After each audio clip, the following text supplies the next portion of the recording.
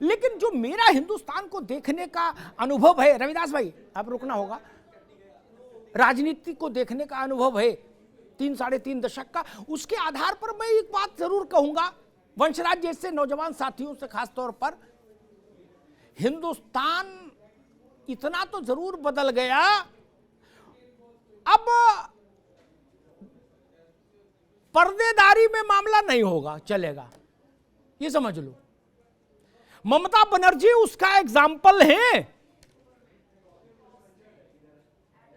पर्देदारी में नहीं चलेगा, इधर भी खेलो उधर भी खेलो, ना ना ना।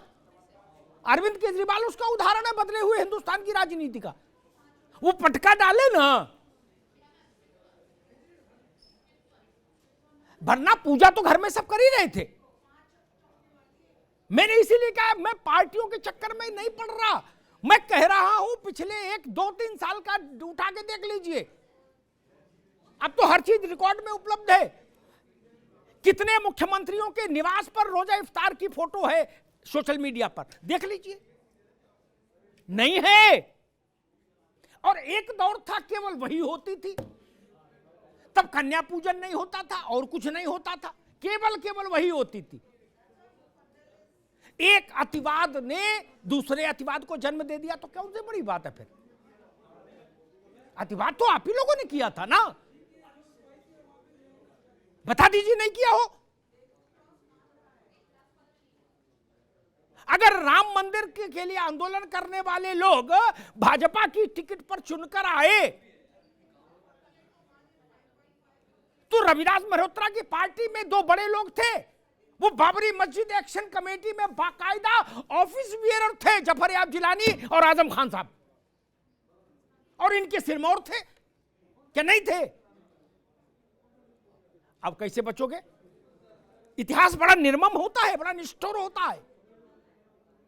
और जो लोग अब ये कहते हैं कि भारतीय जनता पार्टी की ठेकेदारी नहीं, भारतीय जनता पार्टी का ये मोनोपोली नहीं, भारतीय जनता पार्टी का ट्रेडमार्क नहीं अयोध्या, मैं उनसे सैद्धांतिक तौर पर सहमत हूं। किसी का ट्रेडमार्क कोई अयोध्या हो सकती है क्या? नहीं। भगवान किसी का ट्रेडमार्क नहीं हो सकता, कोई इतना बड़ा नहीं। लेकिन अगर प्रैक्टिकलिटी में बात करूं तो आप सब लोगों ने ये अवसर दिया ना भाजपा को, दशकों तक उस गली कोई नहीं गया, उस रास्ते कोई नहीं गया। मैं बार बार ये सवाल पूछता रहता हूं कि आखिर मुझे ये बताइए, गोविंद वल्लभ पंत के समय में अयोध्या में मूर्तियां अवतरित हुई, उसके बाद इतने मुख्यमंत्री हो गए, कल्याण सिंह को छोड़ो और योगी आदित्यनाथ को छोड़ो, बाकी इतने मुख्यमंत्रियों में कोई अयोध्या नहीं गया। क्यों भाई? रामलला के पास क्यों नहीं गए? कोई समस्या थी? कांटे थे क्या? अयोध्या भारत का हिस्सा नहीं थी? इसका उत्तर कोई नहीं दे सकता। सतीश चंद्र मिश्रा जी ने अपना सद्भावना जो क्या भाईचारा कमेटी थी, उसका जो कार्यक्रम प्रदेश भर में किया, प्रबुद्ध सम्मेलन या जो भी नाम दिया था, उसकी शुरुआत जाके रामलला के दर्शन से की। और उनकी पार्टी के प्रणेता फाउंडर काशीराम जी ने सलाह दी थी कि वहां पर अस्पताल बना दो या सार्वजनिक शौचालय बना दो। क्या अब कोई बोल सकता है? अब सतीश मिश्रा नहीं बोल सकते, ये नो, मायावती जी नहीं बोलेंगी। ये बड़ा अंतर आया है। एक दौर था जब लोग सहजता से बोल जाते थे ऐसी बात, मैं उसी अंतर के लिए आज रेखांकित करने आया था। अब कोई ये साहस नहीं कर सकता ना, कोई भी राजनेता किसी भी हैसियत का हो, अब ऐसे परामर्श का साहस नहीं करेगा ना, ये अंतर आया है। और मैं तो हमेशा कहता हूं, या तो धर्म को स्ट्रिक्टली अपने पूजा घर तक सीमित रखिए, और नहीं तो जो मैंने इसकी धारणा समझी है शासन के पंथ निरपेक्ष होने की, वो पंथ धर्म विरोधी धारणा नहीं हो सकती भारत में। राजा को सब धर्मों के साथ हिलना मिलना चाहिए, जाना आना चाहिए, क्या समस्या है?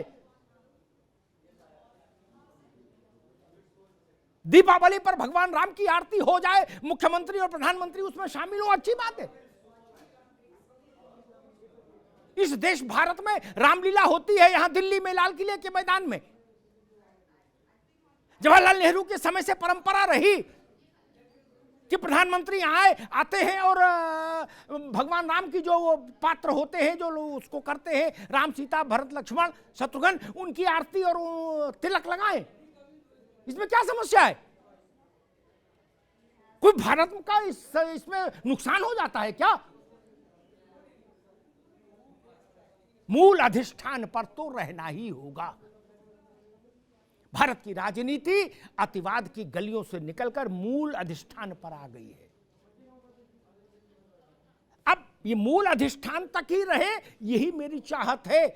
फिर ये किसी अतिवाद की ओर न मुड़ जाए, ये भी जरूरी है, क्योंकि एक अतिवाद भारत ने देखा है, उसका अनुभव अच्छा नहीं रहा। इसलिए दूसरा अतिवाद भी नहीं, सहज भाव रहे भारत की राजनीति का, यही भारत के लिए सौभाग्य का विषय है। धन्यवाद। आप सबको दीपावली की बहुत बहुत शुभकामनाएं। नमस्कार।